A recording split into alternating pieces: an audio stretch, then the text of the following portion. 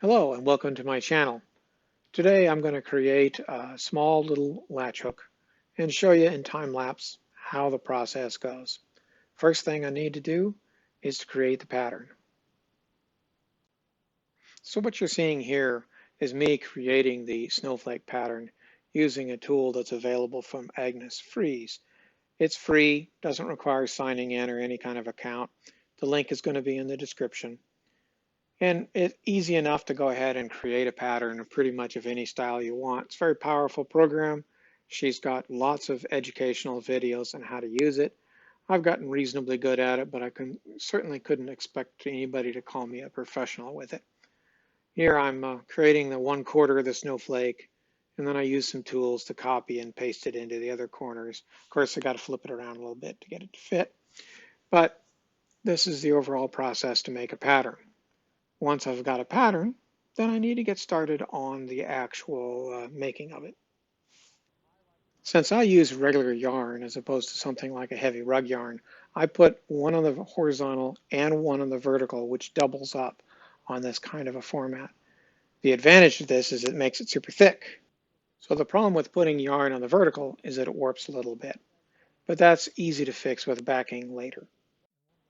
So I tend to fold the ends under as opposed to using some kind of a twill or banding tape or some other way to finish the rug in the end. This is just a process that I've learned that I like to use, and it comes out pretty well. So I'll be folding the edges underneath as well. Now let's switch this thing over to time-lapse mode, and let's get her started.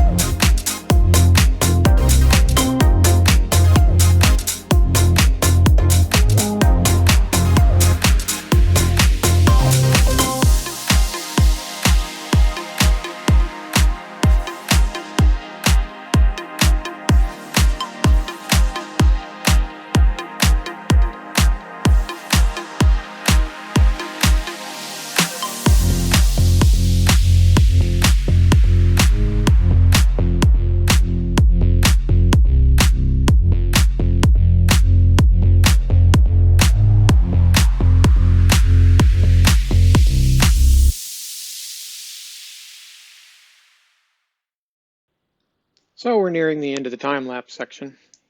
Overall, I think it took me about 4.5 hours. Went pretty smoothly, only made a few mistakes here that I had to take out, put new ones back in. One corner was a little difficult, but I got her done, so I'm pretty pleased with it. And for the next steps, we got to get some glue and glue it. I use Robert's 3095 because it is waterproof. And it's kind of a goopy stuff. And I do apologize for the camera angles here. My arm's in the way the whole time, but once it's filmed, I can't really fix that. So I'm still learning how to make these YouTube videos. But I hope you forgive me for those little mistakes. So I've got this thing taped down to the piece of felt that's going to get glued to it. And I put the tape down just to protect the yarn, of course. And again, my angle's pretty bad here, but flip it over, put it down, and I did straighten it out to get rid of the angled part of it. So that now that it's pretty square, just eyeballed it.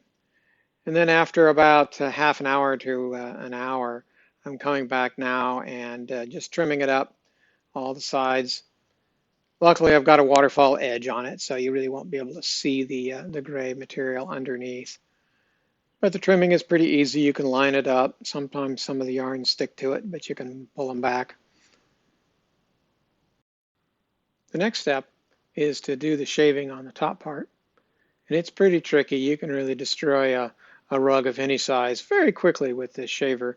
So I tend to hold the heel down and angle it just right so it trims off the long ones and leaves the rest. The edges are a little bit harder to trim. You can really, again, destroy a rug really fast. But just a little bit of trimming cleans it up quite nicely and really makes it look pretty professional. It's worth it. The trimmer is cheap. It's like $40 or $50 on Amazon, so it's very much worth it. So here's the final hot pad. Pretty simple. Made just like I make rugs. It's got the little non-skid on the back. It's the same felt that's on the table underneath it. Works good to keep it from sliding on floors and things, but this being a hot pad, I'm not sure the acrylic yarn is the smartest choice to make it a hot pad. It might melt. But the whole reason for this was to give you guys an idea what the process looks like, how I run my process, and there are many ways to do that. But it comes out quite nice. If you liked what you've seen here and you hope to get more, please subscribe to my channel. Give me a like. That would really help the YouTube algorithm actually show my content to others. And if you don't like it, that's fine too. You can skip it and move on to the next video. Thank you.